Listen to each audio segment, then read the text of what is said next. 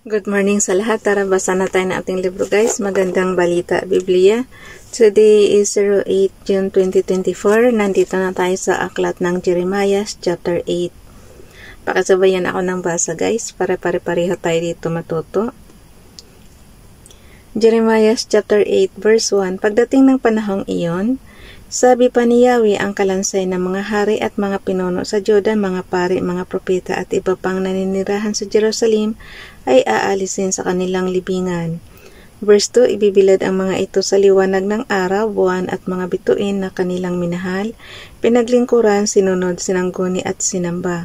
Sa halip na tipunin at ibaon ang mga kalansay ay parang dumi ikakalat sa lupa. Verse 3, para sa mga nabubuhay pa sa makasalanang lahing ito na nagkalat sa mga lupaing pinagtapunan ko sa kanila, na naisin pa nila ang mamatay kaysa patuloy na mabuhay. Akong si Yahweh na makapangyarihan sa lahat ang nagsasabi nito. Ang kasalanan at ang kaparusahan.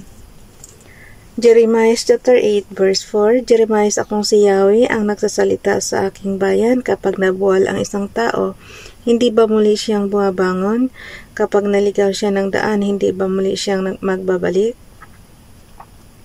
Verse 5, bayan kong hinirang, bakit kayo lumalayo sa akin ngunit hindi naman nagbabalik? Bakit hindi ninyo maiwan ang inyong mga Diyos-Diyosan at ayaw ninyong magbalik sa akin? Verse 6, naghintay ako at nakinig, ngunit walang nagsalita ng katotohanan ni walang nagsisi sa kanyang kasalanan. Wala man lamang nagtanong anong kasalanan ang nagawa ko. Bawat isa ay ginawa ang sariling maibigan gaya ng kabayong patungo sa digmaan. I think guys, yung iba kaya nag-stay sila sa mga Diyos-Diyosan nila kasi parang doon, halimbawa doon sila nagdasal tapos naririnig yung kanilang dasal. Parang ganun. Kaya siguro hindi sila bumabalik kay Yahweh. Opinion ko lang yun ha. Kasi diba mayroong ganun. Kung sino yung pinaniwalaan nilang nakakatugon sa pangailangan nila, yun ang sinasamba nila. Pero dapat talaga puro lang tayo kay Father God. Alitin ko lang yung yung verse 6. Naghintay ako at nakinig, ngunit walang nagsilta ng katotohanan ni walang nagsisi sa kanyang kasalanan. Wala man lamang nagtanong anong kasalanan ang nagawa ko. Bawat isa ay ginawa ang sariling maibigan, gaya ng kabayong patungo sa digmaan. Verse 7. Nalalaman ng ibong palipat-lipat ng tirahan ng bato-bato na ng langay-langayan at ng tagak, kung kailan sila dapat lumipat at kung kailan dapat magbalik. Ngunit kayo na aking bayan, hindi ninyo nalalaman ang aking kautusan na dapat ninyong sundin.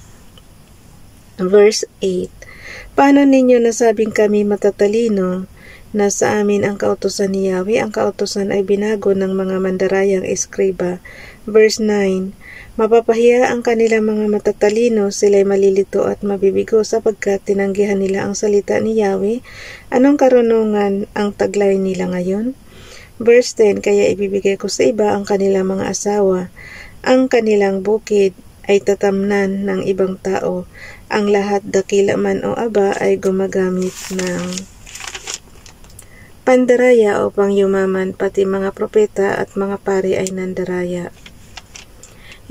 Verse 11, hindi nila pansin ang kahirapan ng aking bayan. Ang sabi nila, payapa ang lahat, gayong wala namang kapayapaan. Verse 12, ikanahiya ba nila ang kanilang masasamang gawa? Hindi na sila marunong mahiya. Makapal na ang kanilang mukha, kaya nga babagsak sila tulad ng iba. Ito ang kanilang magiging wakas kapag sila'y aking pinarusahan. Ito ang sabi ni Yahweh. Verse 13, lilipulin ko na ang aking bayan sapagkat ang katulad nila'y punong ubas na walang bunga o puno ng igos na walang pakinabang, nalanta na pati mga dahon, kaya tatanggapin nila ang bunga ng kanilang ginawa. Kasi nga guys, parang syempre ilang generation na mula nung panahon ni Moises. Yung panahon kasi ni Moises talagang actual na nakikita yung mga miracles, yung mga Katulad noon, yung pagpapalabas ng mga plug, pagpapalabas ng mga para lang sila payagan na umalis sa Egypt, diba? So, siguro, yung mga, siyempre, namatay na sila Moises, siguro, yung mga, siguro lang ha, opinion lang, siguro, yung mga natitira, parang, parang nag-iiba na sila ng pananampalataya, kasi nga, hindi na nila nakikita yung panahon ni Moises na mayroong actual talaga na, na mga, ano ba tawag ng kababala? Ano ba ang tawag ng guys? Yung miracle. Yung mga miracle ba? Yung napapagaling ang mga may sakit. Yung mga ganon. So, siguro, hindi nila nakita yan nung panahon na yan. Kaya nasabi ni Father God na, syempre yung mga tao, nag-iba na ng mga Diyos, ng mga sinasamba. Kaya sinabi ni Father God dito sa verse 13. Jeremiah chapter 8 verse 13. Lilipulin ko na ang aking bayan sapagkat ang katulad nila ay punong ubas na walang bunga o puno ng igos na walang pakinabang na lanta na pati mga dahon, kaya tatanggapin nila ang bunga ng kanilang ginawa. Jeremiah chapter 8 verse 14. Inaantok pa ako. Bakit tayo nakaupo at walang ginagawa? Tanong nila. Halina kayo, tayo magtago sa mga lungsod na matibay at doon na tayo mamatay. Hinatulan na tayo ni Yahweh na ating Diyos upang mamatay. Binigyan niya tayo ng tubig na may lason upang inumin sapagkat nagkasala tayo sa Kanya. Verse 15, naghintay tayo ng kapayapaan ngunit walang nangyari. Umasa ng kaligtasan ngunit kakilakilabot na hirap ang dumating sa atin. Verse 16, naririnig hanggang sa lungsod ng Dan ang ingay na mga kabayo ng kaaway.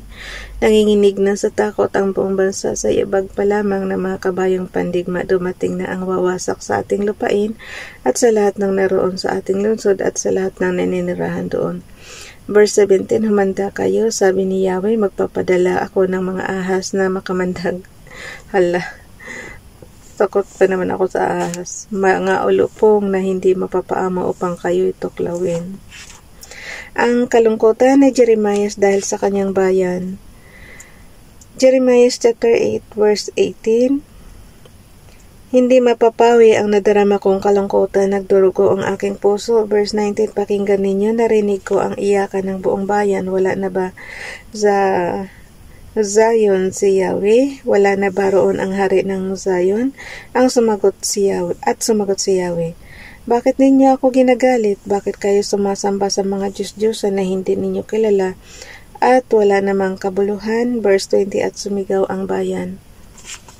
Dumaan na ang tag-araw, tapos na rin ang anihan, ngunit hindi pa kami naliligtas. Jeremiah chapter 8 verse 21. Akong sinuntok sa dibdib dahil sa hirap na sinapit ng aking bayan. Ako'y nanangis, lubos akong nalilito. Jeremiah chapter 8 verse 22. Wala na bang panlunas sa gilid? Wala na bang manggagamot dyan? Bakit hindi gumagaling ang aking bayan? Chapter 9 na tayo. Mahaba-haba rin, kaya bukas na rin ito. Bye everyone. God bless.